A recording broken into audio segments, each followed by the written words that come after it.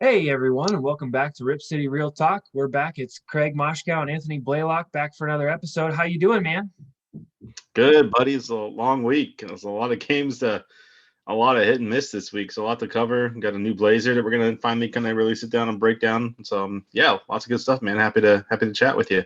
Happy Easter, man. And it's going to be a big one, definitely. I think that there's been a lot, not only a lot of change, but a lot of games that are going on, and we're integrating people into lineups. So some of the things you and I have talked about, we're gonna get right to it today.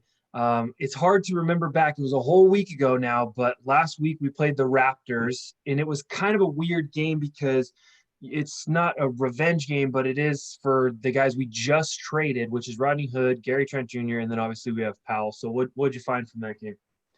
Yeah, I was looking forward to it. I really was. I felt like they both had a game under their belt. Trent got to play one game with the Raptors and Hood, and then we had the one game, the Magic game with Powell. So it was kind of nice to get their feet wet, and then they just immediately get to go head to head.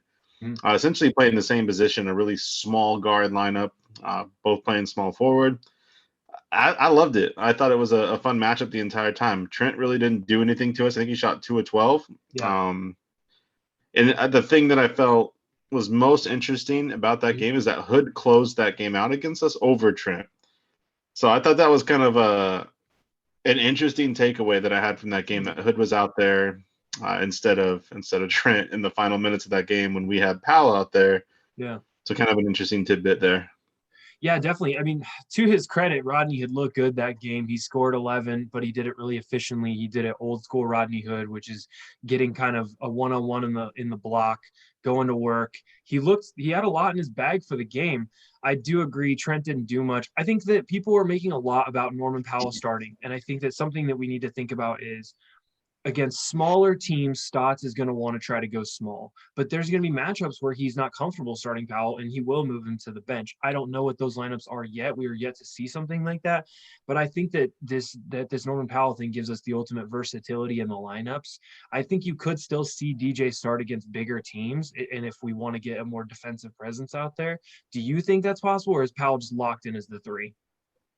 I mean, they started them at the three against Milwaukee, and you want to talk about length and bigger teams. Mm-hmm. We'll get to that in a moment, but that's one of those teams that I really felt like maybe we moved DJ back. And I know he played the 11 minutes. He was coming off the injury from Miami. He's been lingering for him. We'll get into that a little bit too with the OKC situation. He didn't play, but uh, I think they just like his shooting. I think they like the fact that he can stretch the floor, and I think the reason he's starting and Trent never did start in that role, even when CJ was healthy, before the trade and before CJ's injury. I just think it's his wingspan. He's, got a much bigger wingspan than Trent had. He can kind of get out there and guard some of the smaller forwards a little better. But I mean, you get a guy shooting 44% from three and 50+% from both corners. You really feel like he can give you a little bit more on the offensive side than Jones can give you, and really not lose as much outside of some length and athleticism from the Yeah, defensive standpoint. and Powell's been doing some of the stuff that we've been wishing DJ would do earlier this year, which is going straight to the basket, being aggressive, looking for his role in the offense. I think when you look at Powell, he does look like he has a role. He's paired up with Nurkic in a few of these games, and I think we're going to talk about that in the Pistons game a little bit too. I don't want to skip ahead, but he's got some stuff in his game that we wish DJ had. The other thing I think with Powell is he just looks better defensively. I know he's not going to get the big deflections and the steal numbers, but on the guy that he's guarding, and maybe this isn't going to show up in the stat sheet, but he looks rugged and he looks like he can defend from the 3-point line all the way down. I mean, when he's trying to get back down by a bigger guard or a small forward, he can hang with them. And I think that that's really important for Blazers fans to watch and keep an eye on is his defense. Um, we'll talk about the ceiling and stuff like that with Powell as we go. But I think he just looks better on both ends of the floor than Gary Trent or Rodney Hood at all. Yeah, I can't argue that. I think the number one thing that stands out to me is the ability to attack the rim, Mm-hmm. the really just fast break ability that he has. He's not just looking to pass it on the fast break after he gets a deflection or a steal. He's looking to attack. I mean, he's made some good passes out of it, but I'm noticing he's throwing guys off and going up, either trying to dunk or trying to get layups. He's drawing more fouls. That is the one thing we've talked about this multiple times on the pod about Gary Trent is he's not much of a rim attacker. I mean, he has the weird, ugly little layup that he tried to do. he had some decent post up, turn around, shoot a jumper from mid range. I mean, he was starting to develop that part of his game, which he's going to have to keep doing. But Yeah. I think Powell's already there, and the ability to attack the rim as well as hit the three, the efficiency he is. I mean, that's something that Jones or Trent can't give you, and Hood, especially if we do move Powell back to the bench. You're getting a much more aggressive offensive threat with, like you mentioned, the cuts to the rim. We've watched how many times now they've tried to pass it to him as he cuts to the rim, and he's, pretty for the most part successful in doing that. Yeah. And that has been the biggest thing as far as what he's bringing to the team and how his role should eventually fill in, even as a smaller guard in a small guard lineup. Absolutely. And I think with the Raptors, it was against his former team. So I do think he was forcing it a little bit. I wrote in my notes Probably. that Powell played well. He was forcing it a little bit. That was the one where he ripped he ripped the jersey in that game. He was so mad. Yeah, He he missed missed a the couple two free throws at the end of the game and almost gave him a shot, and he was not thrilled about that. Rip City, right? Yeah. Rip City. So Rip City. That was a good game. Honestly, I felt really good about winning that game. We moved to a Pistons game where I mean, at the end of the day, it's an East Coast road trip. It's a difficult road trip. But when you're looking at the Pistons, you're thinking, okay, so I think they have some skilled players. Jeremy Grant is really good. They don't have a good backcourt, so they never really scared me. But I wrote down Dame had 33 and 10, which is great for Dame. He's been double-digit assists a lot lately. CJ had 24 and 6. CJ's playmaking is underrated. I'm just going to say that. How did you feel about that Pistons game? One of those games that worries me a little bit, kind of the younger teams. I think OKC is a different scenario because I think you look at Detroit, they already kind of have some established vets. Jeremy Grant's not really a vet, but he's been playing at, honestly, quite frankly, if the Pistons were anything worthwhile in the East, he probably is a fringe all-star player. I mean, with the numbers that he's putting up, could have easily been an all-star, over 20 a game and shooting the efficiency he's shooting with and doing all the other things. He's a great athletic forward. Mason Plumlee, we had him here in Portland for a while. He's going to do a lot of dirty stuff. He's one of the more athletic centers in the league when it comes to being able to cut to the rim and dunk and do a lot of that stuff. So you're kind of, you go into that game, it's like, okay, they're hurt. They're banged up. They're missing a lot of guys, but they also have had a lot of young guys really stepping up. Saddiq Bey is one of those guys that I thought would do a little bit better than he ended up doing. You got to see Diallo in action again. He was part of the trade that brought him to Detroit, and I think he ripped away for 19. So yeah, a lot of athleticism. They're going to have a decent future. Yeah, if they can just learn the draft right. And it's one of those games that Portland walks into, final game on a road trip. They're looking forward to going home. Tough game with Toronto. I mean, it was a close game, came out of the wire. Yes. You still got you guys on, you still got Nurk on the minutes restriction. Jones has obviously been banged up. So you have a lot of things that you go into that game that you're a little concerned about. Mm-hmm. But at the end of the day, I mean, they did exactly what they needed to do. They pulled away in the end, and they closed out a bad team as a good team should be doing. Yeah. And that's something that can't be understated is Nurk is getting back in. He's trying to figure out his minutes, right? The other thing that I wrote Nurk is, in this game specifically, I wrote in the notes, Nurk is getting back with the passing from the perimeter and short rolls. So part of the thing about Nurk coming back is it's not just being aggressive offensively. It's finding that flow in the offense, passing the ball, hitting guys in rhythm. That, kind of like an NFL quarterback, you got to figure out your timing, right? And that's the stuff that I was looking for in this game. The other thing that I wrote, and I don't know how you feel about this, but Kanter and Nurkic are two completely different lineups. So when Kanter is in there, he's going to be low right down by the rim, and he's going to be trying to get offensive rebounds. Nurkic is playing more out by the perimeter, and he's helping facilitate the offense movement wise. And then sometimes he does go in and sometimes he goes in and yams it. He was looking really aggressive this week. But I do think it's worth pointing out that when Kanter's in the game, it's a totally different, literally different ball game than when Nurkic is out there, right? Yeah, I mean, we've seen splashes of Kanter on the pick and roll and cutting to the rim and Dame finding them. There's been a couple games where Dame will get 2-3 quick assists to him going to the basket. Yeah. But he doesn't give you the playmaking ability like Nurk does. On the defensive side, we've seen Nurk kind of go rogue throughout the week, and he's been up playing on the perimeter, getting steals, doing all sorts of stuff that you just don't really see Kanter do. Not for lack of effort, just ability. I mean, Nurk, when healthy, is just a better movement guy, a little quicker for being bigger, which is surprising. But agreed. I mean, they do different things. Like when Nurk's out there, he is up top and he is doing more facilitating. He'll eventually get his in the post game, but his post game is more bully ball where he pushes guys down and then looks to get a shot or make a pass. Whereas Cantor, he still does plenty of post work. I mean, he's got some of the best footwork for a big guy in the league, but Really does. agreed. Most of his work is timing and getting rebounds and putting it back. That's what he looks for. Yeah. He's not upsetting the screens. He's not up doing a lot of the stuff that Nurk provides you, at least not as efficiently when you get a fully healthy and rehabbed Nurk in the game. And I think he fits the offense on the second unit much better. I think we see a lot of good from Cantor, and really he's still playing Excellent. big minutes because of the He's restriction on Nurk. So you're still seeing him do yeah. a lot of good things with the starters. They're pretty much splitting it right down the middle. So you're seeing Nurkic play 20 to 22 minutes. Stotts is not overrunning him. And I think that's really smart at this point in the season. Why would you throw him out there for 30 minutes a game? He's a huge guy working his conditioning back.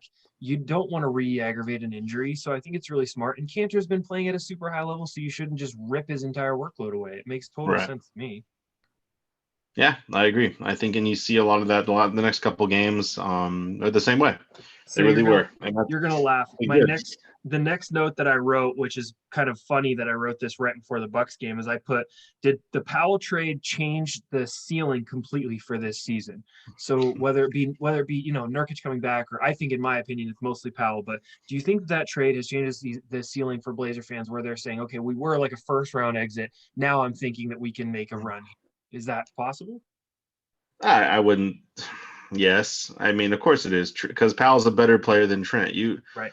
I'm still bummed out that they didn't go get a forward. I Sure. didn't really care for it. We've talked about Aaron Gordon. Didn't care for him, but like there were guys out there that I heard rumors of, the Thaddeus Youngs, the Laurie Marketins, those types of guys. I think I would have preferred getting length and some other things that they can do defensively on the team. They went small. They basically traded a small guard with an expiring contract for a small guard with an expiring contract. All right, fine. But I do think he gives you a little bit more defense. He is a better scorer. He can do more, like we've already talked about, driving to the rim. So, Mhm. yes, I think what he gives you does raise the ceiling, but we're talking like a 10-foot ceiling to a 12-foot ceiling. I mean, I'm not talking vaulted ceilings, and I'm not talking just getting rid of the whole ceiling and going up like some skyscraper in New York City's hotel lobby. Like, it's just Right. not. It's not going to turn the needle that much. Does it give No. us a better chance to win? Does it let us compete against some of these other teams? Sure. You know, the Jazz, for instance. I think that this helps us compete against them. It helps us compete against the Suns. It helps us compete against some of those other teams that aren't as big and athletic, Yeah. that rely on more on their guard scoring. They run smaller role player type guys that are just super efficient at their roles. It allows you to keep up with them Yeah. with more efficiency. But as we see in the next game with Milwaukee, you're going to run into, if Yeah. heaven forbid, we get the Lakers. And even really Denver right now is kind of scary after their trade with their, being able to bolster Porter and Gordon at the same time now. You worry about that. And that's where I don't think our ceiling moved up that much. It really is going to be matchup dependent. It is, and I think it's going to be how well we shoot across from top to bottom. Everybody has to shoot well, and that scares me that we're a jump shooting team. The other thing is, so moving into the Bucks game, we did start the three guard. Basically, I'm going to call it a three guard lineup, right? Because I just don't It see is. Powell being. He's not a small forward, right? No, he's a guard. He's a shooting guard, borderline combo guard because Yeah. he's 6'3". So we got ourselves a three guard lineup. We roll it out there, and the starting lineup shot the ball pretty well against the Bucks. Dame was excellent that game. I felt really bad that we couldn't make it more competitive for him and keep him in that clutch zone where he could try to clutch the game. That's too bad. But the Bucks, did you have the number for what was the paint matchup was for the Bucks? They outscored us So what? I believe it was 54 to 28. I Jeez. believe was the paint difference. It might be the other way around. We'll pull it Yeah. up real quick. Yeah. No, Either way, we were high 50s and we were mid to high 20s. It wasn't good. yeah, I knew it was like 54 to 26 or 28. I knew it was something like that. So they at least doubled our points in the paint, right? Yeah, at least almost tripled. So anyway, so that's what happened. Now, if you want, I don't like blaming people for losses. I don't like pointing at somebody and saying this is their fault. Melo did shoot 2 for 58 to 12, 24. 58, Sorry. 24. No, you're Yeah. fine. Melo shot 2 of 12. He was terrible. And not only was he bad, the shots were wide open. Like they weren't even difficult shots for the most part. And then the two that he made, so he was 0 for 10 to start the game. And then I think he made the last 2 buckets. And the last 2 buckets were the hardest shots he shot all freaking night. It was so annoying. But and Anthony played a lot of minutes. He did not play very well. He didn't score very well. DJ didn't play very much and didn't really get much of a chance. And then I thought Powell looked decent. He had 15 points, I think, in that game. So And that's see, this is a big deal. I think this is a bigger deal than fans are they're gonna look at this game. And yeah, I mean, a loss at this point in the season is still bad, but this type of loss is really telling. And you and me have talked about it, and we've talked about it throughout the year. And I've made many a point about being a 3-point shooting team. And I think you see it more often recently as the defense continues to go under scrutiny, and people say, "Oh, we're just going to keep shooting our way into games." And that's fine and dandy when you're making the threes, but we outscored them. We outscored them by 27 points from the 3-point line. yes. We made what was the difference in threes? Let me take a look. Let me tell you this, and this is exactly what I'm worried about when it comes to this. So we made 21 threes and they made 12. We made 9 more 3-pointers, obviously. We made 27 points. 40% too. From almost 40%, and they shot 30. This is a team that usually attempts a lot of 3-pointers, and they shot 30%. So we talk about the perimeter defense throughout the year. That's been one of our big banes, and 30%, that's good against a team that's one of the third. I think they're third in the league in attempts. So yeah, so CJ had 18, Powell had 12, and Covington had 18, and Covington was fantastic, for most of that game. He really was. He defended fairly well too. But I think when you talk, that's my concern. Is the and defense that's my concern though when it comes to the defense, because when you have Covington and you have Nurk, even with limited minutes, you think that you would be able to control the paint a little bit more than they controlled the paint. And I'm a little concerned when you see. I mean, Giannis got whatever he wanted. I mean, it wasn't even fun. 40, like he just got 47 points doing whatever he wanted. It was ridiculous. So those are the games that I expect Nurk to step up. The ones where it's going to be a paint battle. Now, obviously we're not unleashing him fully, but I didn't like what I saw out of the defense. It looked very clunky. Giannis is going to get his, right, but then you let Middleton and Drew Holiday was driving a lot. There was just in the paint we're just severely outmatched, and I do think that we're going to struggle against the Clippers and the Lakers, and I think we're going to have a really hard time if we get teams like that can beat the heck out of you inside. I don't see our defense stepping up in that way. And that's the problem with the Powell lineup. I mean, it's fine and dandy if you're getting enough open threes for him and he's able to go out there and do what he does best and shoot the 3 ball, but you're going to lose defense, and you're going to lose it bad. And we're already a bad defensive team. Fine. Nobody's going to gawk the fact that, your defense gets worse. You're already 30th. Yeah. But it makes a big difference when you go up against a team with that kind of length, because it makes those shots harder.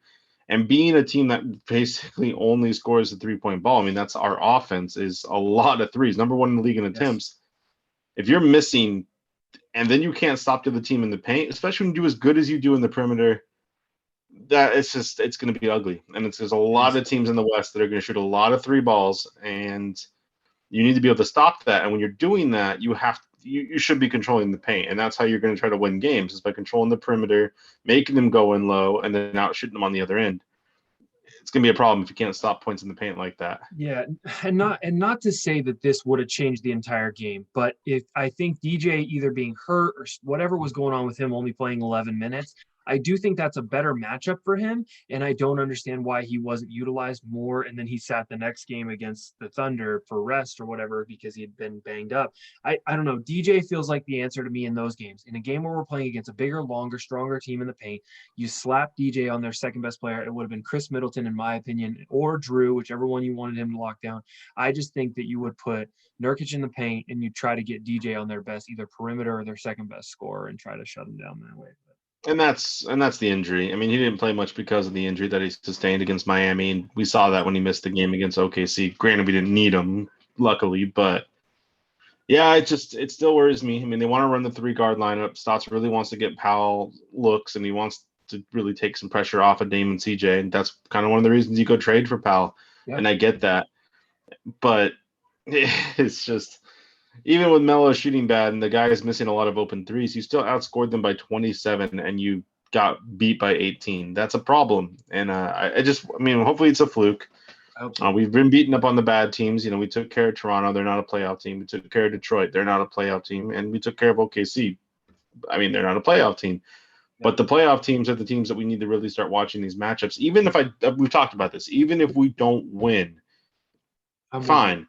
But at least make it competitive. Like, you don't want to outshoot the team and do exactly what you want to do on offense, and you're making 27 more points from the 3-point line, and you're still getting whooped by 18. So that's what concerns me. And we were in Portland, so not like we have a home crowd, but we should still be playing better because we're on rest. And to get beat that bad in the third, I mean, I turned the game off in the fourth quarter because it wasn't even close at that point. You know what I mean? And that's frustrating. I don't like losses like that. I do think that it's worth monitoring on Tuesday and seeing what happens with the Clippers. Hopefully DJ's healthy and can play in that game because I think that that's a good defensive matchup for him. But the Clippers are another team that will try to take you into the paint. I know Paul George and Kawhi can shoot threes, but they're going to try to bully you down there too. So I don't know, man. I wrote after this game, I put Nurk's defense. I put that we got bullied in the paint. I think the other thing that you have to look at here is, and Covington has been fantastic, but I wrote this down too.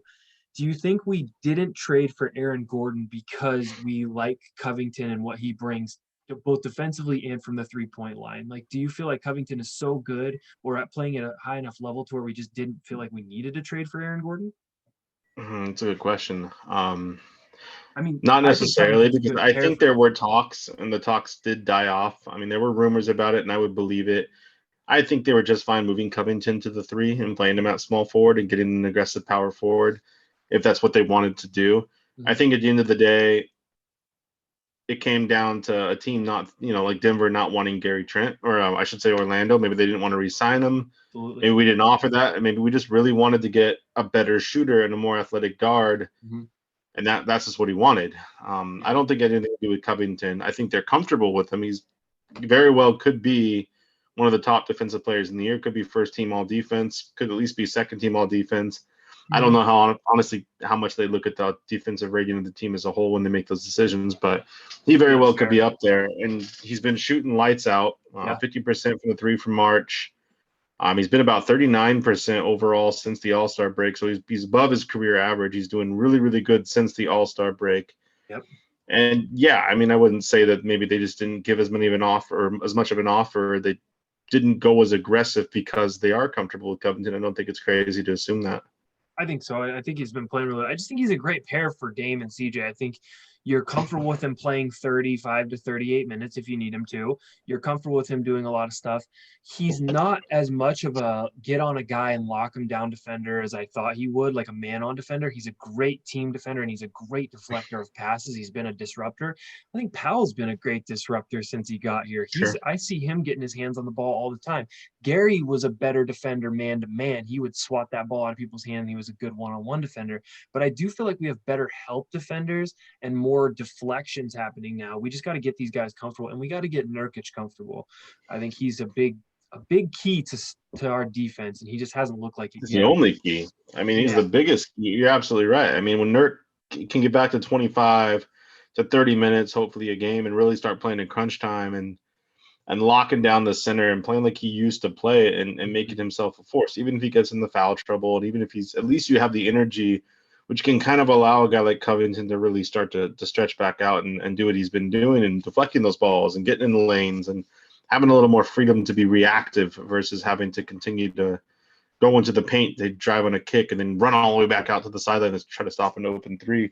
And when Nurk gets back in there, guys aren't going to be able to ideally run back into the paint and do so much of those kickouts. You're not going to draw the entire team trying to chase one guy to the basket, trying to make a stop. So I do think that you're going to see that, and it is a big key. It definitely is, and we're gonna beat the teams we should beat, and that's something Portland has feasted on for years and years. It's beating the Pistons. We're definitely gonna beat the Thunder, right? I do want to see us step up because the next 2 weeks are going to get rough. We have a lot of really tough teams, and we'll talk about those games coming up. But I want to see Nurk get more comfortable. Now, offensively, he's been great. He's been good. He's been great, and he's been trying to really get aggressive and dunk it a lot more. I mean, there's times where he just grabs the ball and just goes straight for the rim, trying to tomahawk it, and he gets fouled, and that's fine. Like, be aggressive on offense, man. That's what we need out of you. We need you to eat up space in the paint. dunk it as much as you can. I feel like he's been good offensively. The defense is not there yet, and I think it'll get there in time.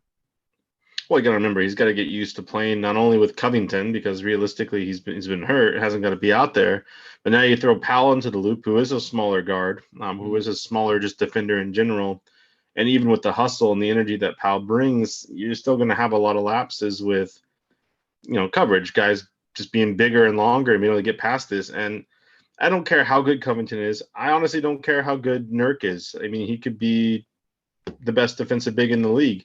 I still feel as long as our guards, CJ and Dame, are just where they are defensively, they can't check guys at the point of attack. They get screened too easily. They don't hold guys up. There's no half court pressure. They can't do some of the things that you see a guy like Ball or Simmons do. Yeah, exactly. Or Drew Holiday. You can't. They don't have that ability, and they don't have to be a great defender. But even if they were sustainable enough to really just stop guys and put a little bit of pressure for them getting around them and driving to the rim as much as they do, until we get that, even our best defenders are going to be forced into situations where they have to get out of position. They have to now kick in, and it throws everything off. And we're going to continue to be a bad defensive team because neither one of our guards, outside of Powell, who's really playing small forward at this point with a 3-guard lineup, we just don't have any way to slow guys down when they're coming up to the attack on offense. So I think it'll improve it when Nurk gets better. I do think we don't have as bad of a game as we did points in the paint wise against Milwaukee, because Giannis is a 2-time MVP and that's where he scores. Mm-hmm. You're going to give up a lot of points in the paint when you play that team regardless.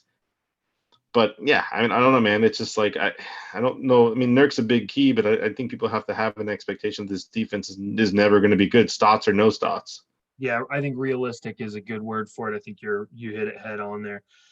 I mean, so working through the Thunder game, and this was kind of a weird game. So we're coming off a bad loss. We are playing a young team without their 2 best players, because I think Al Horford and SGA are their best players. They shut down Horford and SGA. Yeah. So here's the thing I want to ask you about with this Thunder game, because this is kind of a weird one. After the game, people were complaining about the amount of minutes or something that the Blazers allowed. Something about the starters played 25 plus minutes, and it was like a 40-point game or something. Oh, hold on.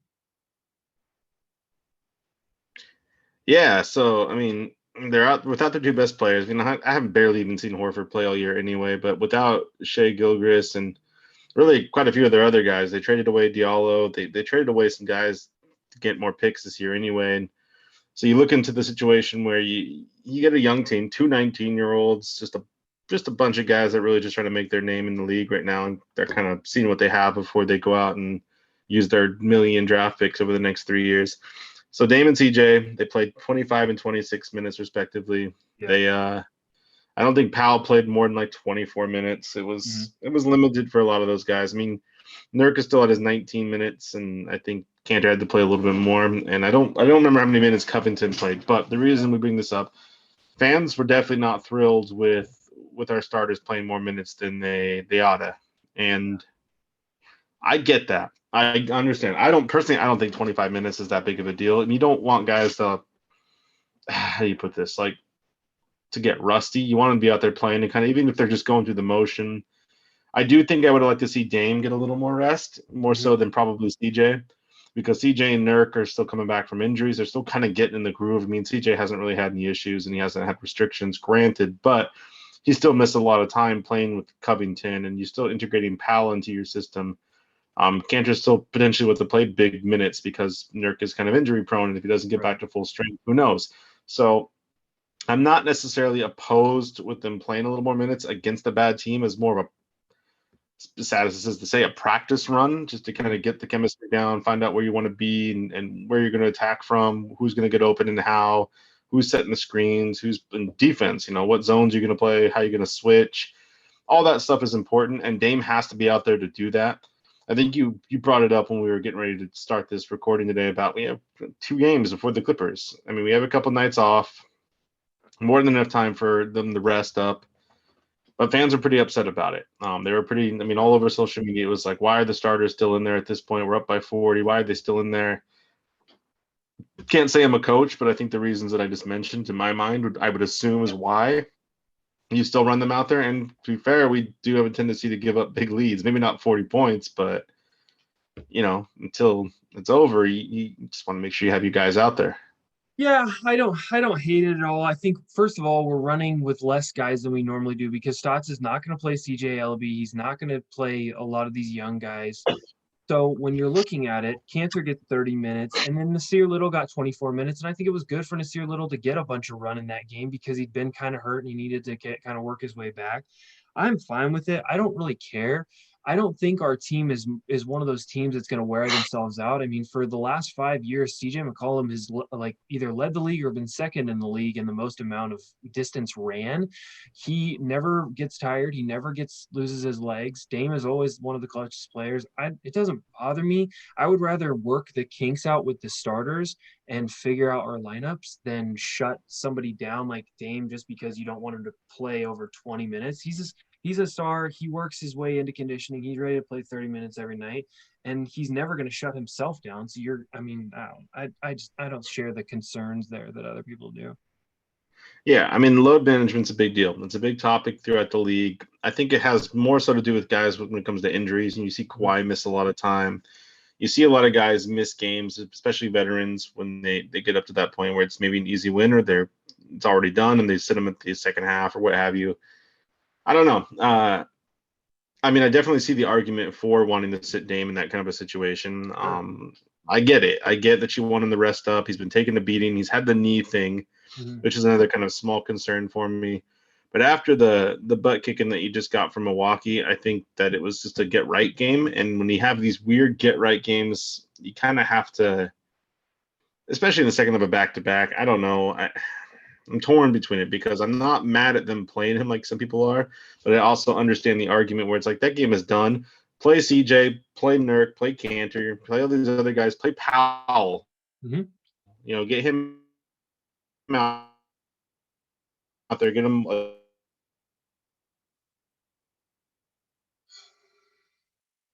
Where did you hear last?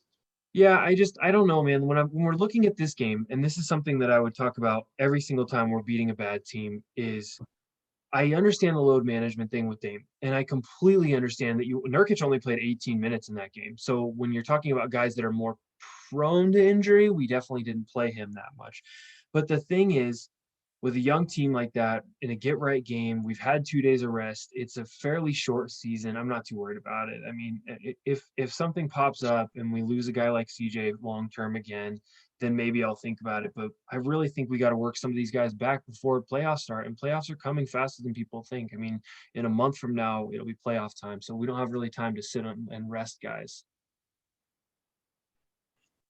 Yeah, I would agree. I mean, I'd like to see Dame get some more rest. I really would. Yeah. I'm all fine with it, but at the same time, for the other, like I said, the reasons that we've already mentioned, I'm not mad at them not sitting them. I don't think Stotts have made an incorrect coaching decision, and I don't think people need to be as worked up. A lot of the media was worked up about it too, and I don't know. I understand why they were out there. I think there's still a need to take advantage of these types of games to really kind of get yourself right because it's not getting easier. We go to the Clippers and the Jazz here back to back pretty quick, and those are two teams ahead of you, and you have to be at your finest point. You have to get some of these kinks out with these guys playing with each other, and those games are the easy, fun ones to sort of do that. And they still barely played. I mean, 25 minutes is nothing for Dame. I mean, they've been in the high 30s most of the year, so yeah, I don't know. I'm not opposed to it. And you nailed it because we play the Clippers and the Jazz in the next 2 games, and then we play the Pistons and the Heat. So the next 4 games, 3 of those teams are playoff teams. And we already played the Pistons once, and I know they're not tough by record, but they do have good players. So I think we're in for a bit of a rough week when it comes down to it. So get right games feel good, and they really lift the stats a little bit and help guys like Dame with an MVP case. And I get it, but yeah, week, man.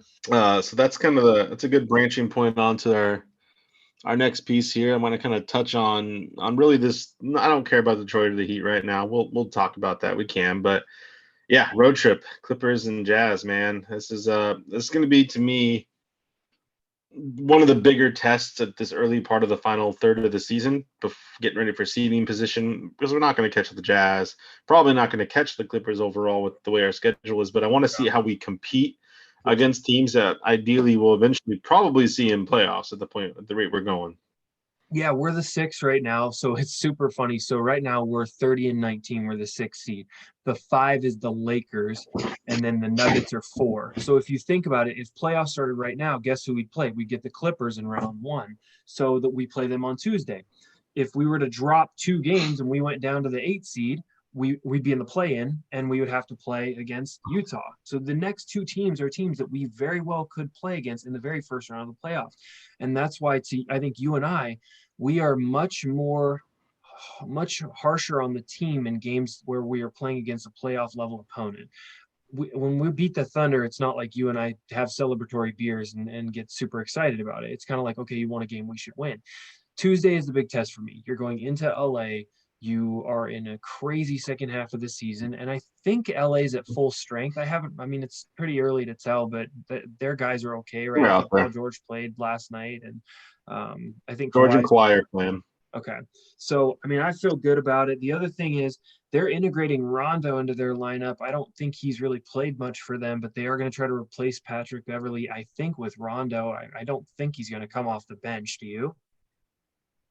I think he will. I think Beverly gives him enough defense where he'll be out there, but they'll definitely – I think Rondo will be the guy that closes out games, and I think that he'll get a lot of run just because he's a vet guy that could give them more playmaking, which is something they desperately need. Absolutely. So do you think we win one of those 2 games, or are you feeling like they're both winnable? Do you feel like we're overmatched in both of them? I mean, what do you think? I think the Clippers are beatable. I don't think they've been playing great throughout most of the year. I think they started off so hot that they're kind of treading that water, especially with the Lakers being injured. But it's not going to surprise me here. And by the end of the week, maybe 2 weeks, that Denver is going to pass them up. Yeah. So they're not super impressive to me. They arguably have 2 of the best two-way players in the league in George and Kawhi for sure. But they seem beatable in my opinion. So that is the game that I want to see us go out and compete. They're not as scary to me as the Jazz. I think you can beat them. The Jazz, I don't think you can beat right now. Until they get some of these kinks out and Powell really gets going in the offense and Nurk's back up to full strength, that's a team that just chemistry-wise and the way they've been playing basketball, you're just going to struggle against them. And they've already crushed us this year. So, yeah, I think the Clippers are beatable. I think maybe you could go 1-2. I don't care if you lose both games. I don't care if you lose both games as long as we show that we're competitive. Keep them within 5 points, in my opinion. Like, I want to see it come down to the final few possessions. I want to see you giving these 2 playoff juggernauts a run for their money, because when you get Nurk back to full strength and Powell really gets himself in and Jones is at full strength again and back, whether he's bench or starting, like I think – yeah, I want to go in there. I want to see that there's a chance we can beat them when all of our cards are out on the table. Yeah. So for now, I'm not holding my breath for either team. I must like to see it be competitive. Yeah, keep it close. Play them tough defensively. Don't let either team do what the Bucks did, which is pull away. I think I don't mind. You know, the thing about a shooting team, a jump shooting team like we're going to be, if it's close, we'll feel good about it. But if we're getting just destroyed in the paint, which I think the Jazz have the capability of doing, right? The Jazz could beat us in a multitude of ways, and their defense. Jazz can beat anybody in a multitude of ways. They're smothering, man. They are nasty. So I agree with you. We'll have an interesting pod next week. I do think that we'll have a better gauge and a better pulse on the starting lineup and Nurkic. Those are the 2 biggest questions. Is Powell the starting 3? And to me, is Nurkic's defense going to be enough? And we'll know those things by next Sunday. We're not going to sit here and give Nurk a pass for this injury, and we're not going to sit here and say, well, he's only playing 21 minutes a game. It's like at some point you got to take the reins off and say, these are playoff opponents, and we got to unleash our big dog and let him fight, right? Yeah, I mean, I agree. There's no word. Stotts has come out and said that he has no idea when they're going to lift the restriction, but he's not. He's playing it by ear, if that makes sense. So they're at the point right now where it's like if they're in a close game, he could still play 25, 30 minutes a game. They're just going to stick with the 20-minute regimen, and then depending on the flow of the game, if he's feeling good and if it's close, it's worth it, they may leave him out there. That's the last update I got. So, again, hopefully this is one of those situations where you're going to keep it close and you're going to go play bully ball with some of these guys and hopefully see a little bit. I don't think we'll know anything by next Sunday, granted, but I would still like it to be competitive just in the sense of what we can look like potentially if we are full strength. Yeah. So yeah, a lot of upcoming stuff. The Heat don't scare me. We've already beat them once. I mean, they're a good team, and I just think we match up well against them. I do And too. obviously, Detroit, we know what we're getting into. Just Yeah. like them, we're going to be pretty familiar with each other because we just got done playing them. So yeah, I Yeah. mean, those games we'll discuss, but I really, yeah, the big week is focusing on the two potential playoff games for us for potential series one matchups. Yeah, I think it's important. Any big questions on your mind right now, or anything that's kind of ringing Well, true for you? yeah, so this is a good way to go to our next little segment, the kind of the one of the Yeah. things I want to finish with on the night. I think it's about time we unleash the Blazing New Trails Player of the Week. Yes, blazing new trails. Who you got? What's All Robin right, Lopez been up to?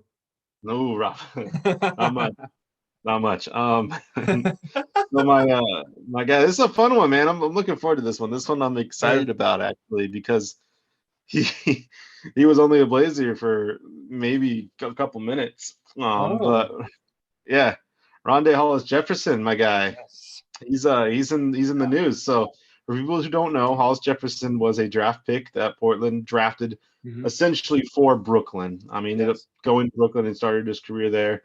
But he was part of the Mason Plumlee trade that brought Mason Plumlee here, who eventually turned it into Nurk. So good job by us. But yeah, so Hollis Jefferson got signed, or he's getting Hmm. ready to sign with the Blazers here pretty quick. I don't know where they're at in the stages. The report was that he is going to sign, Yep. and he's excited to be here. But he gives us another big defensive minded Yeah. wing, a poor man's Robert Covington who really just can't shoot the ball at all. But Yeah. he gives you a decent playmaker and he gives you size and length again. So that's my Blazing New Trails. He was Nice. once a Blazer, tried out the rest of And the now league, wasn't as good Blazer as Rick Pitty, again. and he's coming back. Yeah, I think, and to be honest with you, so we drafted him as a late first and traded him for Mason, but honestly, I think that we would have liked him as a Blazer. So when you say poor man's Robert Covington, he Yeah, definitely is. probably. Yeah, he definitely is a poor man's Robert Covington. The only thing he has above Covington is he can finish at the rim a little better. He's definitely not as much of a shooter as Rocco. He has some touch there, but honestly, he's just a defensive stopper, and we're just going to use him in like a 3-4 combo role, kind of like we use Covington now. Now, will we play him big minutes? Probably not, but gosh, it's nice to have another body. And if I'm going to say this, Nasir Little is very talented, but he's also been injury bitten the last 2 years, and every time he starts to look really good, an injury pops up that keeps him out of the lineup for a couple games, and that's not going to happen with Rondé Hollis Jefferson. He's going to be a little more of a rock. He's going to be there every night, and he's a veteran presence. He was on that Toronto Raptors team with Powell, I think, for a couple of years. He never really was a starter, but I mean, the guy played minutes. He knows what to do.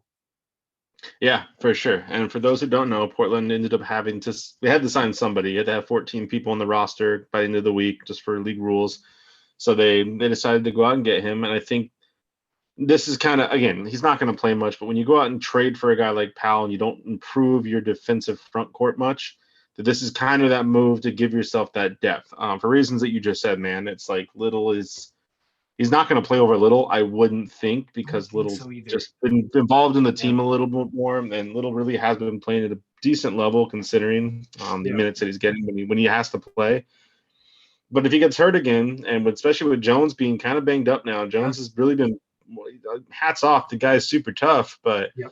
it was only a matter of time before he started missing games, in my opinion. He's been banged up all year. So this Yeah. gives you that insurance policy Yeah. that can come in and again, he's going to be able to come out there and play defense. He's not going to give you a lot offensively, but he doesn't have to Mhm. because his role will be, hey, go check this guy, go out the perimeter, get your arms up, and that is something he's done his entire career. I believe at one point he was the second all-team defensive player. He was up Yeah. there in the talk for like in those all defensive NBA teams. Yeah. So you get a guy that can do some good things on that end of the floor. And not only that, I think he's an active hands defender, but he's also not going to get bullied as much. So I do think he'd be useful in an Anthony Davis or a Giannis or Kawhi Leonard. There's all these big guys, LeBron obviously, but nobody can stop LeBron. There's all these big guys that can do a lot of things physically to you, and he's not going to get really beaten up by those guys. He's not going to play the five by any stretch, but I don't think we need a true five. I think we just play Nurkic and Canner, and one of them is on the floor at all times. So you're not going to need a five out of him. I just think between him and Covington, they're going to play a really similar four role. I I do love Nas, but man, I hope he can stay healthy this year because I want to see what he can do on both ends of the floor. He is a very good, streaky shooter and scorer. His defense is decent, but I think that you just put another vet body out there. We have plenty of youth and plenty of upside in some of our threes and fours. So let's see what he can do. Yeah, regardless, I mean, these guys aren't going to play much anyway because you still got Jones at the backup three. Melo is engraved in this team. He's just going to be part of the team no I matter what. guess, bro. I And guess you can blame us. so unless you move Jones to the shooting guard, and Nas really has been kind of playing a lot of this backup small forward positions, they've kind of switched. They're both similar players in the fact of their role. So yeah, we don't have a backup point guard. We don't have. I mean, Simons has been out there playing. So realistically, if Jones or Little's missing time, people are going to start to see a lot more of Hollis Jefferson when he starts to get kind of integrated and familiar with the team. He could potentially be out there when you start running into some of the injury bugs that those two guys potentially are It's a going to start. depth. Yeah, it's a depth move. I will say real quick as we sort. I know we're going to wrap up. We only have a couple minutes left before we hit the hour mark, and I don't want to be too long, but I do want to say real quick. Anthony Simons has played a little bit too much for my liking, to be quite honest with you. I'm not really liking what he's giving us. He in the game that we lost against the Bucks, he didn't. He looked lost, and I'm just not loving him as the backup point guard, that combo guard. He looks aggressive still, but he's nowhere near as efficient as he was earlier on in the year. I'd really like to see more DJ, and I think it's just health, right? It comes down to what you can do with health, and you Yeah. can't play DJ if he's hurt. But I think that move, trading Gary Trent and Hood, has created some minutes for Anthony, and he's going to have to be effective and efficient in those minutes. So I hope he can. I agree. I'm not a big Anthony fan yet. I think he's got a lot of raw potential, but I just don't think he can unleash it fully because he's never going to have that playing time. And then he's kind of put in these situations where he's got to go out there and perform, and I just don't like it. But what do you do? I mean, I would have liked to see them go out and get an Austin Rivers. I really wanted Rivers on the buyout market. I loved him. I just thought for a backup kind of point guard role and what he can do defensively, he's got decent offense. He can shoot. I really hope they would have made that move. I was also a big fan of the Jeff Teague. I would have liked to get him as just a veteran point guard to come out here, at least run the offense, whereas Ant just doesn't. It's just raw. Like it's there. He can shoot the three ball. He shoots 70% of his shots from outside. He shoots 40% plus from doing it. But he doesn't give you a lot of anything else. His defense is terrible. But that's just playing time. I mean, it's not his fault. He's not getting the time to go and practice. Something that just ran through my brain. We were sitting down on the pod and we were talking about, I was thinking about Norman Powell and Rondae Hollis Jefferson and some of these guys in Covington. Lately, the Blazers have, the last 2 or 3 years, have only brought in guys that are typically not bad chemistry, bad attitude guys. So I was literally, as you're naming those guys, I was just thinking, what did the Clippers give up to acquire Rondo?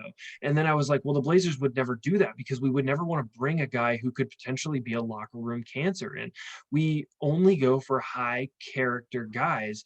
And that's something that Olshey and Stotts have done throughout their tenure. But I was just thinking, man, like, how much do you think like a locked-in Rondo could actually help this team? Probably a lot, right? But we're not going to bring a guy in like that and potentially shake the locker room up. Am I right or am I way off on that? I don't know necessarily about that. I mean, only because we've seen, Nurk had a bad reputation as being a bad locker room guy. He did go out and get Whiteside, who, again, his reputation was not ideal. So yes and no. I mean, chemistry is a big deal with this team, but I don't think it matters. I think you get a guy like Rondo here with playing with Dame and Dame's leadership and the kind of culture that we already have. I think you get a guy that he fits right in, especially at this point in his career. Now, granted, 5 years ago, 6, 7 years ago, when he's in his prime, if you were to go get a guy like that and say, hey, you're playing behind Damian Lillard, you're going to get 20 minutes a night. Yeah, I mean, the diva and the guy comes out and he's not happy about it. I mean, you're already seeing a guy like Marc Gasol come out and get all just pissed off about playing behind on your Drummond. So, there's certain guys that I think if they feel they can really still be a starter, they're going to have issues with it. But Rondo, to me, he's been in Atlanta. He really hasn't done much the last couple of years to warrant being a starter, and I think he's fine with that. He went to LA for a reason, and I think he was fine in LA. I don't think it's a locker room thing with him. I just think that Neil wanted to go when you talk about trade assets. I mean, they'd rather get a guy like Powell, who they thought was going to be more dynamic and more prolific within the team than what Rondo is going to give you as a backup point guard. But man, at least in the buyout market, I would have really liked to see them try to go get a backup guard. Yeah. Not a Hollis Jefferson who's never going to see the floor unless Little and Jones continue to be banged up. And even then, I mean, you get defense out of him, which sure our team needs defense, but I think a backup point guard for stability purposes and can't play defense. He's not great at it. He doesn't really give you much else. I would like to see a vet come in there and run it so that CJ, we've talked about it, so that CJ can really focus on resting more and playing more minutes with Damian Lillard versus running the second unit and all that. So yeah, I mean, it's a good question, but I don't think it has to do with locker room as much as it might seem like it, because they really have, especially the last couple of years, kind of gotten guys that, I mean, even Melo, as far as being a locker room guy, there was that bit of concern about how he was going to handle his role coming in originally and what you were going to get from him, and he's been great. So I don't know. Yeah, I'm with it, man. It was one of those things that was kind of bugging me. Like as we're talking through this, it's like, is that something? I agree with you. I think it's draft capital and it was assets and things like that. But I do think we should have explored and should explore a backup point guard, especially in this offseason. If we can't get Ant on the right track, I don't think we should keep trying to rely on him as this backup point guard, because at times he just looks overwhelmed and overmatched in that role. And defensively, he's not good. So, yeah, man, that's all I got. What else do you have? Well, that's about it. I mean, we have another roster spot, so I'm still keeping my fingers crossed that they decide to go out and get one of those guards. I still love the Austin Rivers move. I'm hoping that that's a thing. I haven't heard anything suggesting it'll happen, but that's my thing. Otherwise, there's not much. It's been fun. I mean, we still went 4-0 on the road trip, which is unheard of. Tough game against Milwaukee, but a good get right game against OKC. Fans should really still feel good about where we are. I think so. It sucks losing to a team like Milwaukee that bad, and I think you and me have already talked about it, how big the Clippers and Jazz is going to be as far as a test for us and where we are on a competitive level, even without the expectation of winning. So I still think you take care of Detroit, you take care of Miami again, you come in 500. Our motto on this show is be 500 or better. If we can keep that up, then I'm a happy camper, man. I'm looking forward to next week. Hopefully winning one of those two games and really feeling good about where we are with a pretty tough schedule coming up. And we'll start to break down seeding and all that stuff with people in the next few weeks as we get closer to crunch time. Absolutely. Yeah, I'm feeling good. I think over 500 this week. When we talk about it next week, we'll be really ecstatic, honestly. But I hope we compete in both those games. Yeah. Otherwise, again, everybody, we appreciate the support. Subscribe to YouTube, like us on Facebook, Instagram, follow us on Twitter, whatever your preferred social media platform is. We're public on everything. We love the questions. We want to start getting involved with the community a little bit more. You guys have been awesome. We're going to start doing more and more contests, and I think this week we should have our audio stuff up. We're gonna start getting on some of the other audio podcast sites to really give you guys something to download and subscribe for people who can't keep the video open. We finally figured out what we want to do and logistically how we want to make that work, I think. So that's upcoming. Yep. Thanks for following along, everybody. And please DM us if there's any questions or feedback you ever have, and comment in the YouTube section. It's great for us. We love engaging with fans. So other than that, Rip City Real Talk, we're out. Bye, everyone. Peace.